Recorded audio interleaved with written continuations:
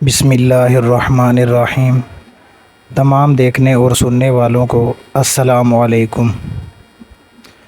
ناظرین، روئے زمین پر سب سے پہلا قاتل قابیل اور سب سے پہلا مقتول حابیل ہے۔ قابیل اور حابیل یہ دونوں حضرت آدم علیہ السلام کے بیٹے ہیں۔ ان دونوں کا واقعہ یہ ہے کہ حضرت حوا رضی اللہ تعالی عنہا کے ہر حمل میں ایک لڑکا اور ایک لڑکی پیدا ہوتے تھے، اور ایک حمل کے لڑکے کا دوسرے حمل کی لڑکی سے نکاح کیا جاتا تھا۔ اس دستور کے مطابق حضرت آدم علیہ السلام نے قابیل کا نکاح لیوزا سے اور جو حابیل کے ساتھ پیدا ہوئی تھی کرنا چاہا، مگر قابیل اس پر راضی نہ ہوا کیونکہ اکلیمہ زیادہ خوبصورت تھی، اس لیے وہ اس کا طلبگار ہوا۔ حضرت آدم علیہ السلام نے اس کو سمجھایا کہ اکلیمہ تیرے ساتھ پیدا ہوئی ہے، اس لیے وہ تیری بہن ہے، اس کے ساتھ تیرا نکاح نہیں ہو سکتا، مگر قابیل اپنی ضد پر اڑا رہا۔ بالآخر حضرت آدم علیہ السلام نے یہ حکم دیا کہ تم دونوں اپنی اپنی قربانیاں خداوند قدوس کے دربار میں پیش کرو، جس کی قربانی مقبول ہوگی وہی اکلیمہ کا حقدار ہوگا۔ اس زمانے میں قربانی کی مقبولیت کی یہ نشانی تھی کہ آسمان سے ایک آگ اتر کر اس کو کھا لیا کرتی تھی۔ چنانچہ قابیل نے گیہوں کے کچھ بالیں اور حابیل نے ایک بکری قربانی کے لیے پیش کی۔ آسمانی آگ نے حابیل کی قربانی کو کھا لیا اور قابیل کے گیہوں کو چھوڑ دیا۔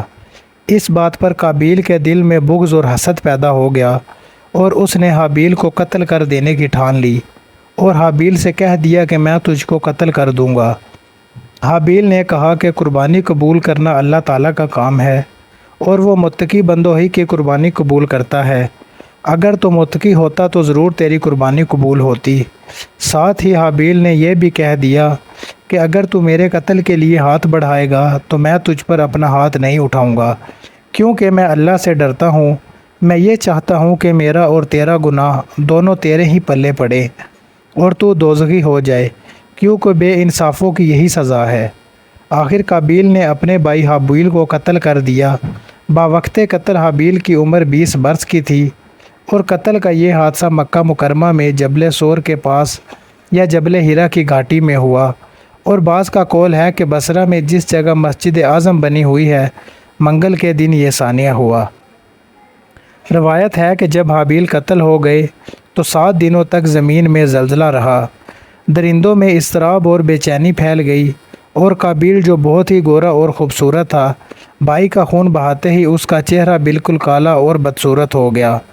حضرت آدم علیہ السلام کو بے حد رنج و غم ہوا، یہاں تک کہ حابیل کے رنج و غم میں 100 برس تک کبھی آپ کو ہنسی نہیں آئی۔ حضرت آدم علیہ السلام نے شدید غضبناک ہو کر قابیل کو پھٹکار کر اپنے دربار سے نکال دیا، اور وہ بدنصیب اکلیمہ کو ساتھ لے کر یمن کی سرزمین عدن میں چلا گیا۔ وہاں ابلیس اس کے پاس آ کر کہنے لگا کہ حابیل کی قربانی کو آگ نے اس لیے کھا لیا کہ وہ آگ کی پوجا کیا کرتا تھا، لہٰذا تو بھی ایک آگ کا مندر بنا کر آگ کی پرستش کیا کر۔ چنانچہ قابیل پہلا وہ شخص ہے جس نے آگ کی عبادت شروع کی، اور یہ روئے زمین پر پہلا شخص ہے جس نے اللہ تعالیٰ کی نافرمانی کی اور سب سے پہلے زمین پر خون ناحق کیا، اور یہ پہلا وہ مجرم ہے جو جہنم میں سب سے پہلے ڈالا جائے گا۔ اور حدیث شریف میں ہے کہ روئے زمین پر قیامت تک جو بھی خون ناحق ہوگا، قابیل اس میں حصہ دار ہوگا، کیونکہ اسی نے سب سے پہلے قتل کا دستور نکالا۔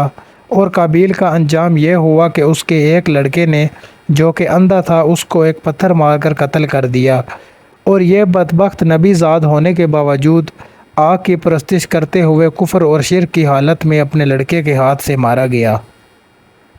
حابیل کے قتل ہو جانے کے 5 برس بعد حضرت شیش علیہ السلام پیدا ہوئے، جبکہ حضرت آدم علیہ السلام کی عمر 130 برس کی ہو چکی تھی۔ آپ نے اپنے سونہار فرزند کا نام شیش رکھا۔ حضرت آدم علیہ السلام نے 50 صحیفے جو آپ پر نازل ہوئے تھے، ان سب کی حضرت شیش علیہ السلام کو تعلیم دی اور ان کو اپنا وصی اور خلیفہ اور سجادہ نشین بنایا، اور ان کی نسل میں خیر و برکت ہونے کی دعائیں مانگی۔ ہمارے نبی کریم صلی اللہ علیہ وآلہ وسلم انہی کی یعنی حضرت شیش علیہ السلام کی اولاد میں سے ہیں۔ جب قابیل نے حابیل کو قتل کر دیا تو چونکہ اس سے پہلے کوئی آدمی مرا ہی نہیں تھا، اس لیے قابیل حیران تھا کہ بھائی کی لاش کو کیا کروں۔ چنانچہ کئی دنوں تک وہ لاش کو اپنی پیٹھ پر لادے پھرا، پھر اس نے دیکھا کہ 2 کوے آپس میں لڑے اور ایک نے دوسرے کو مار ڈالا۔ پھر زندہ کوے نے اپنی چونچ اور پنجوں سے زمین کریت کر ایک گڑھا کھودا اور اس میں مرے ہوئے کوے کو ڈال کر مٹی سے دبا دیا۔ یہ منظر دیکھ کر قابیل کو معلوم ہوا کہ مردے کی لاش کو زمین میں دفن کرنا چاہیے، چنانچہ اس نے قبر کھود کر اس میں بھائی کی لاش کو دفن کر دیا۔ اللہ تعالی ہم سب کو دین کو سمجھنے کی اور اس پر عمل کرنے کی توفیق و ہمت عطا فرمائے، آمین۔ ویڈیو اچھی لگی ہوئی ہو تو چینل کو سبسکرائب کر دیں، شکریہ۔